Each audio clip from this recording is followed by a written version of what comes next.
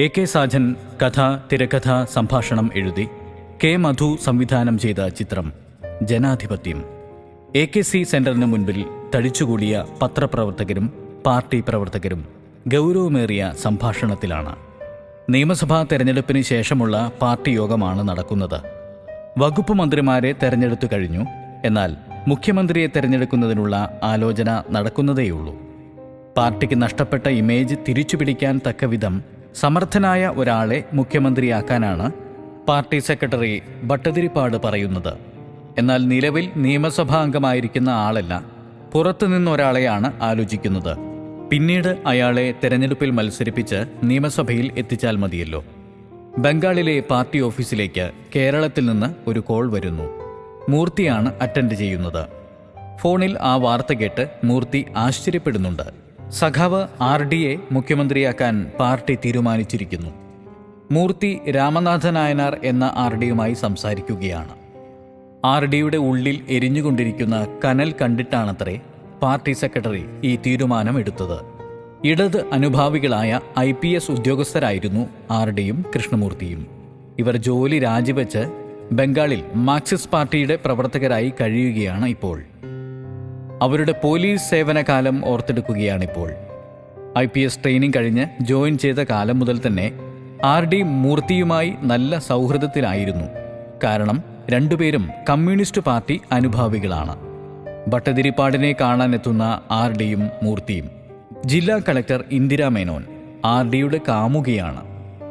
RD Thiruvananthapuram city assistant കമ്മീഷണറായി ചുമതലയേൽക്കുന്നതിനുള്ള appointment order DGP Pillai നൽകുന്നു. കണ്ണൻ മേനോൻ RDയെ കാണാൻ വിളിപ്പിക്കുന്നു. ഗോപിനാഥൻ MP കണ്ണൻ മേനോന്റെ മകനാണ്, അതായത് ഇന്ദിരയുടെ സഹോദരൻ. RD തന്റെ മകൾ ഇന്ദിരയുമായി ബന്ധത്തിലാണെന്ന കാര്യം അറിഞ്ഞുള്ള സംസാരമാണ് മേനോൻ. RDയെ പരിഹസിച്ചുകൊണ്ട് തന്റെ മകളെ വിവാഹം കഴിപ്പിച്ചു തരില്ല എന്ന് മേനോൻ പറയുമ്പോൾ ഇന്ദിരയ്ക്ക് ഇഷ്ടമാണെങ്കിൽ താൻ വിവാഹം കഴിച്ചിരിക്കും എന്ന് പറഞ്ഞ് വെല്ലുവിളിക്കുന്നു RD കമ്മീഷണറെ കാണുന്നു. KSEB എഞ്ചിനീയർ തിരുമുൽപ്പാട് വധക്കേസ് അന്വേഷണത്തിലാണ് കമ്മീഷണർ മായാപിള്ള. പാറമട തൊഴിലാളികളെ ചോദ്യം ചെയ്തു വരികയാണ്.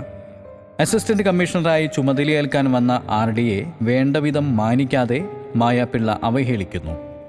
തിരുമുൽപ്പാടിന്റെ ഘാതകരെ അറസ്റ്റ് ചെയ്യാൻ മുദ്രാവാക്യം മുഴക്കി ഒരു കൂട്ടർ കലക്ടറുടെ വാഹനം തടയുന്നു. മായാപിള്ളയ്ക്കെതിരെ ഒരു മാസ് പെറ്റീഷൻ ജനങ്ങൾ കലക്ടർക്ക് നൽകുന്നു. ഇതിനിടയിൽ കമ്മീഷണർ മായാപിള്ള എത്തുന്നു. തിരുമുൽപ്പാട് വധക്കേസ് മായാപിള്ള ഒതുക്കി തീർക്കാൻ ശ്രമിക്കുന്നു എന്നാണ് ആരോപണം.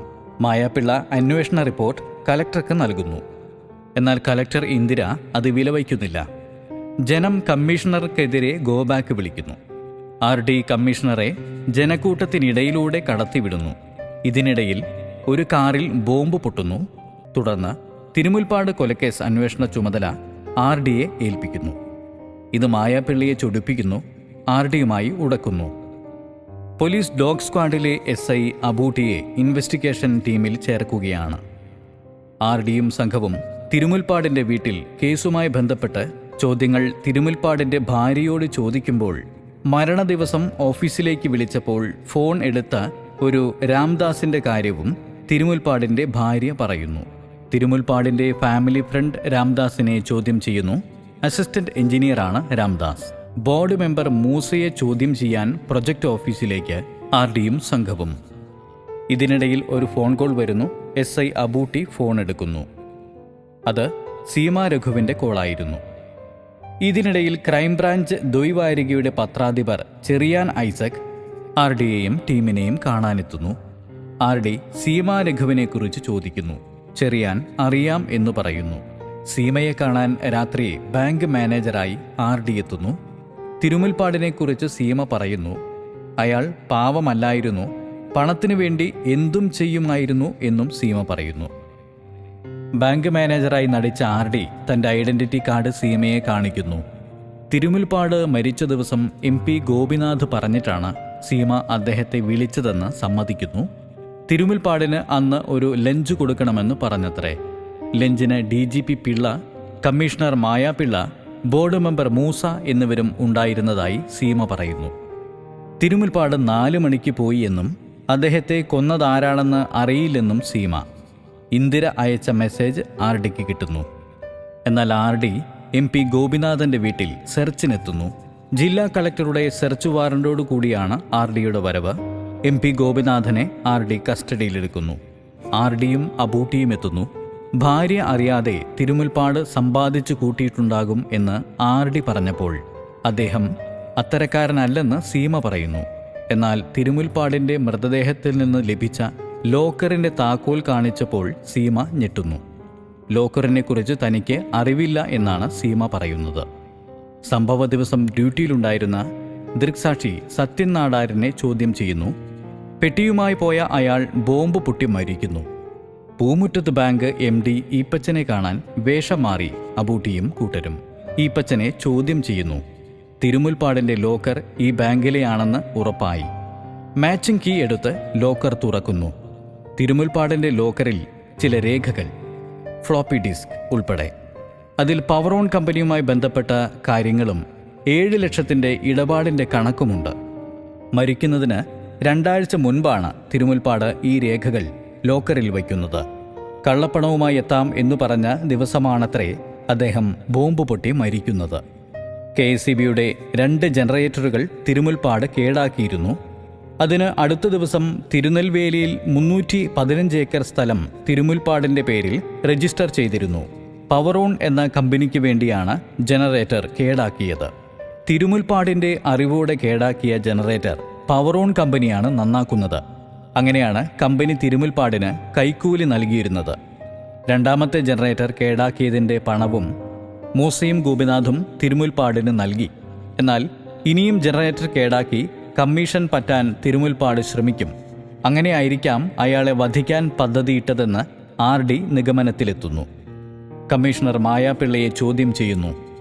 കണ്ണൻ മേനോൻ, ഗോപിനാഥൻ, DGP പിള്ള, മൂസ തുടങ്ങിയവരുടെ റിമോട്ടിൽ പ്രവർത്തിക്കുന്ന ഉപകരണമാണ് താൻ എന്ന സത്യം മായാപിള്ള തുറന്നു പറയുന്നു. തിരുമുൽപ്പാട് കൊല്ലപ്പെട്ടത് എങ്ങനെയാണെന്ന് മായാപിള്ള ഇപ്പോൾ പറയുന്നു. പവറോൺ ഗസ്റ്റ് ഹൗസിൽ നടന്ന പാർട്ടിയിൽ ഗോപിനാഥൻ MPയും മൂസയും എല്ലാം ഉണ്ടായിരുന്നു. അയാൾ പവറോൺ കമ്പനിയിൽ നിന്നും പല വിധത്തിൽ കൈക്കൂലി വാങ്ങാൻ ശ്രമിക്കുന്നത് MP ഗോപിനാഥനും മൂസയ്ക്കുമെല്ലാം തലവേദനയായി. അതുകൊണ്ട് പണം കൊടുക്കുമ്പോൾ ഒരു ടൈം ബോംബും വയ്ക്കാൻ തീരുമാനമായി. ഇതിനെ എതിർത്ത മായാപിള്ളയെ DGP പിള്ള ഭീഷണിപ്പെടുത്തി.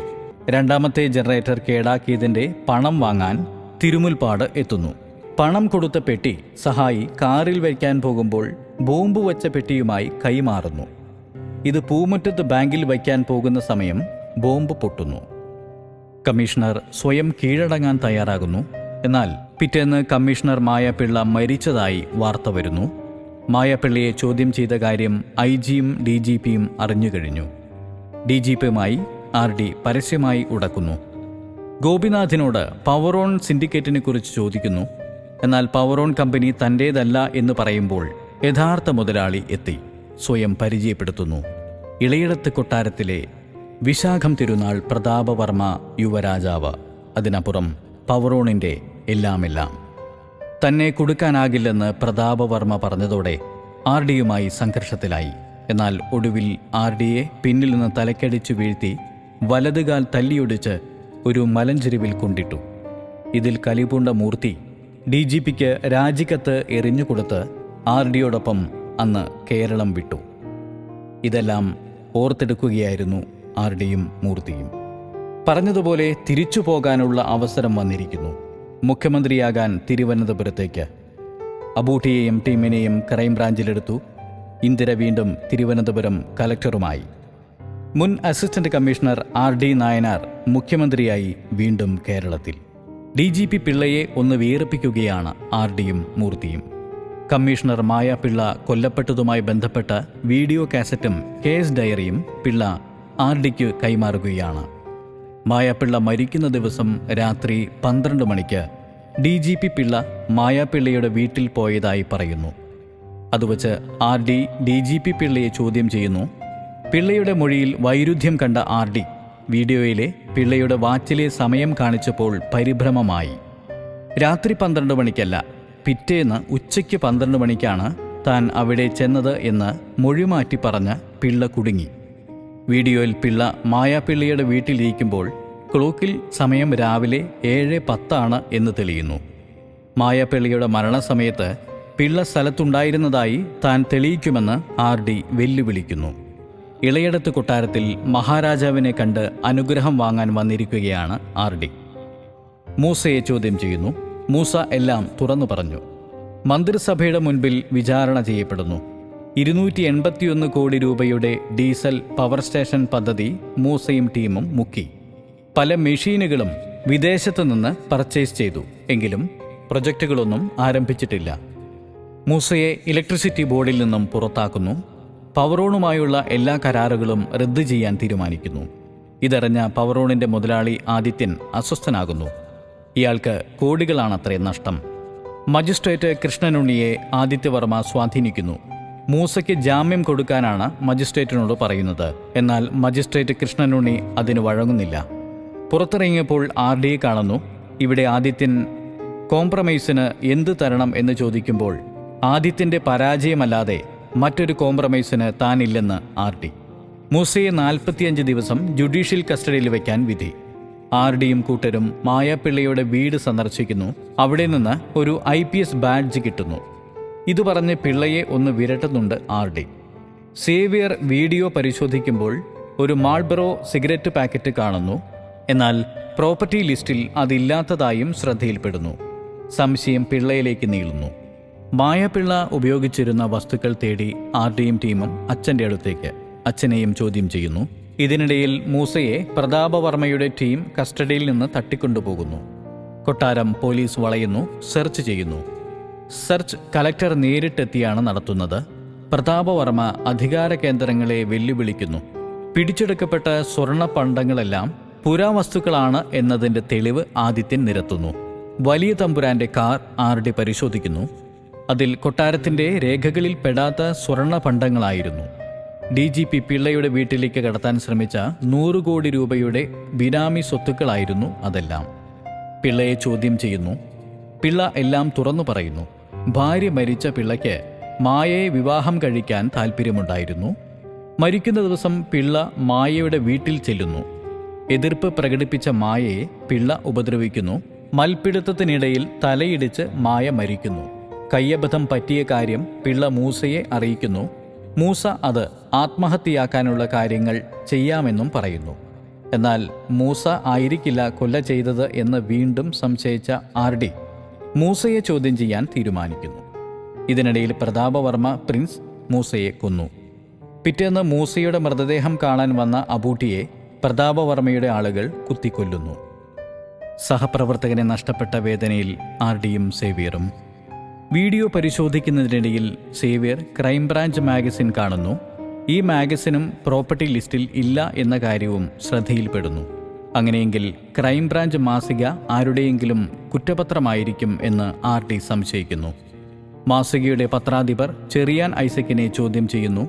പല മാന്യന്മാരുടെയും രഹസ്യങ്ങൾ കമ്മീഷണർ മായാപിള്ള പറഞ്ഞുകൊടുത്തതനുസരിച്ച് ചെറിയാൻ ഐസക് മാഗസിനിൽ എഴുതി. പണം നൽകിയതും മായാപിള്ളയായിരുന്നു അത്രേ.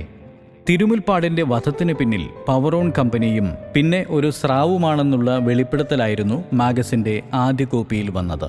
മാസികയുടെ ആദ്യ കോപ്പികൾ പ്രതാപവർമ്മയ്ക്കും മായാപിള്ളയ്ക്കും നൽകുന്നു. മായാപിള്ളയാണ് പണം നൽകിയത് എന്ന കാര്യം ആദിത്യവർമ്മയോട് ചെറിയാൻ പറയുന്നു.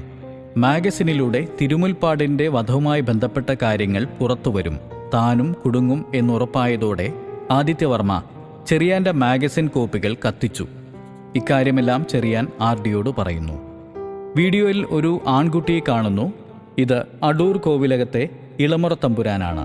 ഇളമുറ തമ്പുരാനെയും കൂട്ടി RD കൊട്ടാരത്തിലേക്ക്. ഇദ്ദേഹത്തിന് മാനസിക വിഭ്രാന്തിയാണ്. അതിനുള്ള കാരണവും ഇപ്പോൾ തെളിയും. മായാപിള്ളയെ കൊന്നതിന് പ്രതാപവർമ്മയെ അറസ്റ്റ് ചെയ്യാൻ വന്നതാണ് RD. തെളിവ് സഹിതമാണ്. ചീഫ് സെക്യൂരിറ്റി അനന്തരാമന്റെ ID കാർഡും ദൃക്സാക്ഷികളും റെഡി. പവറോൺ കമ്പനിയിലെ അഴിമതികൾ അറിയുന്ന മായാപിള്ള ഇക്കാര്യം RDയോട് പറഞ്ഞിട്ടുണ്ടാകും എന്ന് മനസ്സിലാക്കി പ്രതാപവർമ്മയാണ് മായാപിള്ളയെ വധിച്ചത്. ഇതിന് ഇളമുറ തമ്പുരാൻ ദൃക്സാക്ഷിയാണ്. കോവിലകത്തെ ദാരിദ്ര്യ സമയങ്ങളിൽ മായാപിള്ളയുടെ സഹായം തേടിയാണ് ഇളമുറ തമ്പുരാൻ മായയുടെ വീട്ടിൽ വന്നത്. ദൃക്സാക്ഷിയും മറ്റ് തെളിവുകളും ഹാജരാക്കിയതോടെ പ്രതാപവർമ്മ പ്രതിക്കൂട്ടിലായി. അങ്ങനെ RDയുടെ മുഖ്യശത്രു അഴിക്കുള്ളിലായി. ഉപതെരഞ്ഞെടുപ്പ് ഫലം പുറത്തുവന്നു. ആർ ഡി വൻ ഭൂരിപക്ഷത്തോടെ വിജയിച്ചു. അങ്ങനെ ആർ ഡി നിയമസഭാ അംഗമായി മുഖ്യമന്ത്രിയായി തുടരുന്നു.